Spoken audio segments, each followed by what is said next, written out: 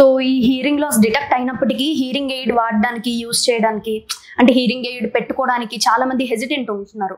అది ఏదో ఎంబారసింగ్ లాగా ఫీల్ అవుతున్నారు కదా సార్. సో అలాంటి వాళ్ళకి మీరు ఇచ్చే సజెషన్ ఏంటి? నిజానికి చెప్పాలి అంటే ఫర్ ఎగ్జాంపుల్ ఐ సైట్ ఉంది, ఇప్పుడు నాకు దీంట్లో 1 పాయింట్ సైట్ ఉంది, దీంట్లో 2 పాయింట్ సైట్ ఉంది. సో దాని తగ్గట్టుగా నేను గ్లాస్ వేయించుకుంటాను, నేను యూజ్ చేసుకుంటాను. సో అలాగే హీరింగ్ లాస్లో కూడా ఫర్ ఎగ్జాంపుల్ దీంట్లో 30 dB లాస్ ఉంది, దీంట్లో 45 dB లాస్ ఉంది. సో దీనికి తగ్గట్టుగా మనం హీరింగ్ ఎయిడ్ అనేది యూజ్ చేసుకోవాలి.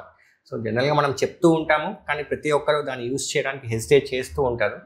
కానీ ఇప్పుడు ట్రెండ్ చేంజ్ అయింది. ప్రతి ఒక్కరు మాక్సిమం అది యూజ్ చేయడానికి, వాళ్ళు కమ్యూనికేట్ కావడానికే చూస్తున్నారు. ఒకప్పుడు చాలా పెద్దగా ఉంటుండే హీరింగ్ ఎయిడ్స్, అది యూజ్ చేయాలి అంటే కొంచెం అదేదో స్టిగ్మా లాగా అనుకుంటుండే.